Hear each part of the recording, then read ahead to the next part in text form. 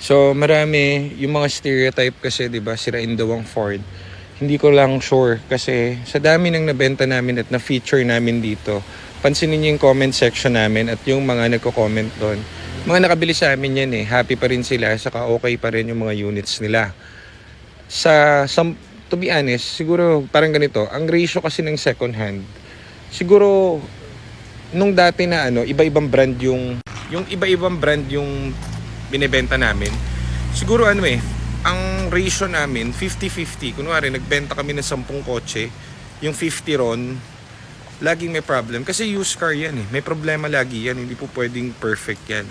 Pero nung nag-Ford na kami, kasi nga kabisado na namin to from head to toe, from feet hanggang kuko hanggang ulo, kabisado na namin. So parang Ford specialist na ang dating. So ang naging ratio na namin ngayon, siguro sa 10 mabebenta mo, siyam lagi okay. Meron dyang mga iba, actually kung tutuusin, hindi nga, baka 9.5. Minsan kasi sa sobrang bait ng shop, kunwari ang second hand, makikita mo yung mga buy and sell ngayon, meron na silang tinatawag na pag nakabili ka sa kanila, meron silang 1 day service warranty. 1 day? Meron kaming unit, actually yung mga nandyan sa comment section, 6 months ago nakabili, 8 months ago. Kami pa rin ang nagsuservice, sa amin nagtatanong at dito dinadala yung mga units nila.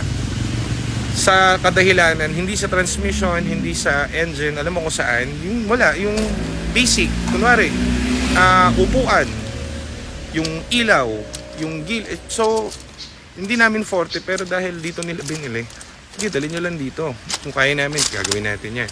Walang problem. So, ganun yung ratio niya. Sa amin, kahit na hindi 1 day, basta dito yung binili, diretso nyo rito. Kasi kung titignan nyo, yuyuko pa tuloy ako. Kasi kung titignan nyo, ayun bubong namin, nag-iba.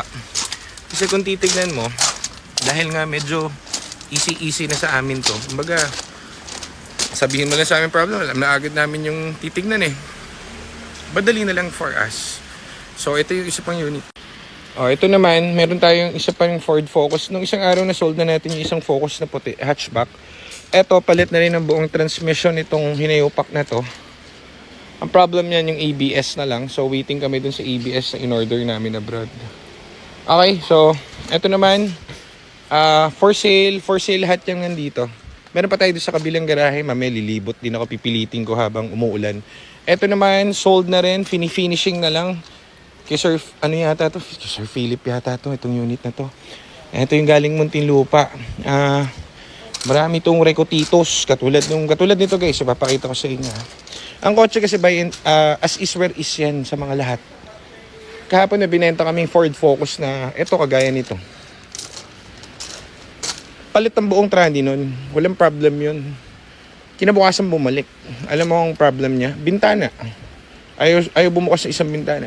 Go! Sa iba yun, hindi na kayo papansinin. Dito go, bibili namin motor.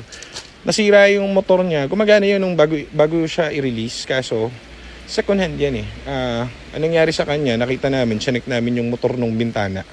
Nabasa. So, baka nung pinadetail namin, meron na siyang something. So, bibili tayo ng motor nun. Sagot namin yun. Ganun lang, kasimple. So, mas kung bibili ka, gawin nyo kaming option kasi dito, hindi kami more on kita lang kasi mas trip namin yung service eh. Kumbaga yung service mo dun sa tao para very good service ka.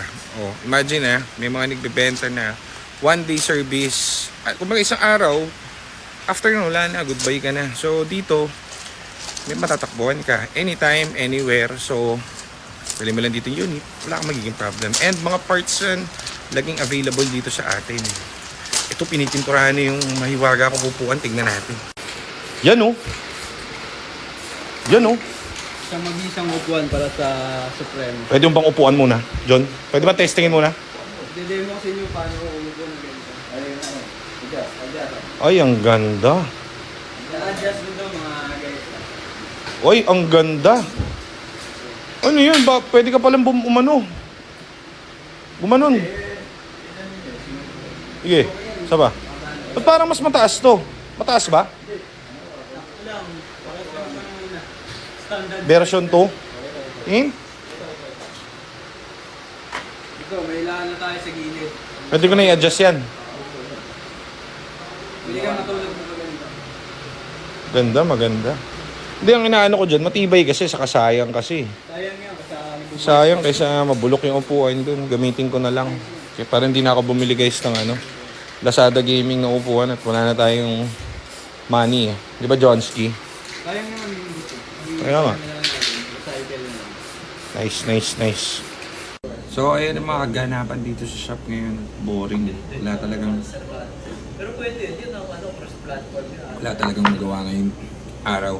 So hanggang dyan lang muna tayo at mamaya try natin sisilipin natin yung... Hindi na kasi namin sinilip, napakataas kasi nung bago bumaha dun sa dalawa naming garahe sa kapila. Dito muna, so wala naman din kasi bumabaha rito. So everything goods and sana yung mga nasa mababang lugar ay malikas yung inyong mga sasakyan para wala maging problem. Sana wala kayong maging mga problem kasi maraming nagastos nung last bagyo. Nung last na mga naglubugan ng mga kotse. Daming sumakit ang ulo.